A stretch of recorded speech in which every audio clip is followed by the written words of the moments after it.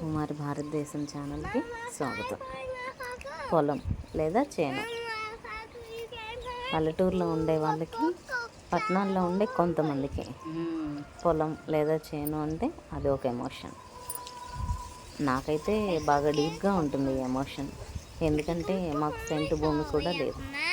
కొంత డబ్బు సేవ్ చేసుకొని ఎప్పటికైనా ఎంతో కొంత భూమిని కొనాలని నాకు ఎప్పుడూ అనిపిస్తూ ఉంటుంది. ఈ కనిపించేదంతా మా నాన్నగారి పొలం. ఇప్పుడు ఎవరు మేత కోస్తుంది? మా నాన్నగారికి పెద్దగా ఏం పొలం లేదు, కొంచెం ఎకరన్నర అలా ఉంటుంది అంతే. మేత కనిపిస్తుంది కదా చిన్న చిన్న ఆకులతో, అది కంది అంటే కందులు వస్తాయన్నమాట. దానికి ఇంకా రాలేదు. ఇది జొన్న. ఈ జొన్నని గేదెల కోసం పెట్టుకున్నాము. పైన కంకులు చూపించాను కదా ఇందాక, అది సజ్జ. సజ్జ ఎలా వస్తుందంటే ముందు ఒక కండి వస్తుంది, కండకి పోత వస్తుంది, పోత రాలిపోతూ దాంట్లోకి సీడ్ వస్తుంది. ఆ సీడ్ గట్టిగా అయిన తర్వాత పైన ఉన్న కంకిని వరకు కట్ చేసి మిషన్లో వేస్తారు. వాటితో మనకి సజ్జలు డివైడ్గా వచ్చేస్తాయి. సజ్జలతో ఏం చేస్తారు, మా సైడ్ అయితే గేదెలు ఈనినప్పుడు, గేదె ప్రసవించినప్పుడు దానికి బలం కోసం సజ్జన్నం పెడతాం.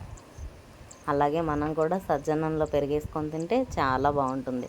ఎవరైనా ట్రై చేస్తే కామెంట్ చేయండి. ట్రై చేయకుండా ఉండుంటే ఒకసారి ట్రై చేసి చూడండి, ఎలా ఉందో కామెంట్ చేయండి. ఇంత కొండలకు దగ్గరగా, ఇంత పచ్చగా, మంచి వాతావరణం పల్లెటూరు వాతావరణం అంటే. కానీ అందరికీ పొలం అనేది ఉండదు కదా. నీళ్ళు వచ్చినాయి డాడీ ఎడకి. ఇప్పుడు మీరు చూస్తున్న చెట్టు నీళ్ళు ఉన్నాయి కాసిని అని అంటారు. దానివల్ల ఎన్నో ఆయుర్వేద ఫలితాలు ఉంటాయని చెప్తారు. నాకు తెలీదు, గూగుల్లో సెర్చ్ ఇక్కడ ఉన్నాయమ్మా. ఎవరైనా చూడకుంటే చూపిస్తారని దాన్ని చెప్పామంతే. మేతను కోసి ఇలా మోపుగా కట్టుకుంటాం. ఇలా మోపుగా కట్టుకున్న దాన్ని రోడ్డు మీదకి తీసుకెళ్ళాలి.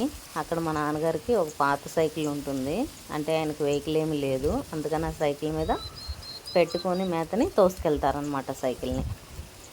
ఈ మోపుని మా రోడ్డు వరకు తీసుకెళ్ళడానికి కొంచెం దూరమే ఉంటుంది.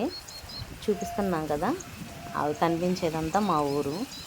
మా ఇల్లు ఇంకొంచెం దూరంలో ఉంటుంది. ఈ కొబ్బరి చెట్లు అవి కనిపిస్తున్నాయి కదా, అది దాటి వెళ్ళిన తర్వాత కొంచెం ఇటుకలులాగా కనిపిస్తుంది కదా పైన కడత, దానికి వెనకాల లైన్లో ఉంటుంది మా ఇల్లు.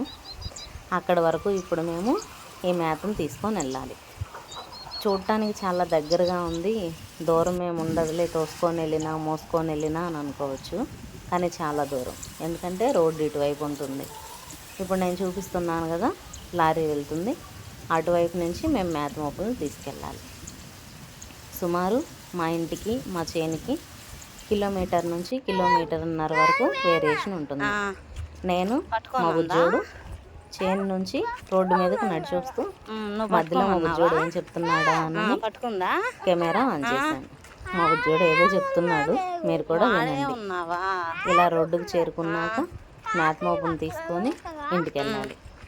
ఈ మేత మోపుతో పాటు క్యారీ చేయడానికి మా బుజ్జోడు కూడా సండే వస్తే చాలు, హాలిడే వస్తే చేనుకి వెళ్దాం కానీ నడుచుకుంటా రాడు. సైకిల్ మీదే వాడిని కూర్చోబెట్టుకుని ఆ సైకిల్ తోసుకుంటూ రావాలి. వెళ్ళేటప్పుడైనా నడవరా, మేత మోపు ఉంది కదా, కష్టంగా ఉంటుంది తోయడానికి అని అంటే, లేదు సైకిల్ ఉంది కదా నేను కూర్చుంటాను, తాతయ్య తోస్తాడు అని చెప్తాడు. అలానే తోస్తాము, ఎందుకంటే వాడు ఎక్కువ దూరం నడవలేడని చెప్పి. ఇలా మనం రోడ్డు మీదకి వెళ్ళిన తర్వాత మనం తీసుకెళ్ళి మేత మొత్తాన్ని ఇలా చేర్చుకొని మా నాన్నగారు ఇలా తోసుకుంటూ వెళ్తారు. చూడండి, మా బుజ్జోడు తలకాయ కనిపిస్తుంది, వాడు సీట్లో కూర్చున్నారు. మా నాన్నగారు అలా తోసుకుంటూ వెళ్తారు. దాన్ని తొక్కొచ్చు కదా అనుకుంటారేమో, అది దానికి చైన్ లేదు, అది ఎప్పుడో ఓల్డీస్ సైకిల్ అనమాట.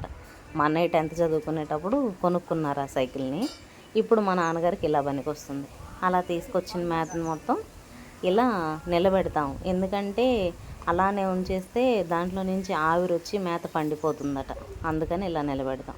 ఇప్పుడు పక్కన చూపించింది నిన్న కోసుకొచ్చింది. నిన్న కోసుకొని వచ్చిన దానికి ఈరోజు కోసుకొని వచ్చిన దానికి చాలా డిఫరెన్స్ ఉంటుంది, అబ్జర్వ్ చేయండి. ఇదే మా బుజ్జే, దానికోసమే ఈ మేతను తీసుకొచ్చాం.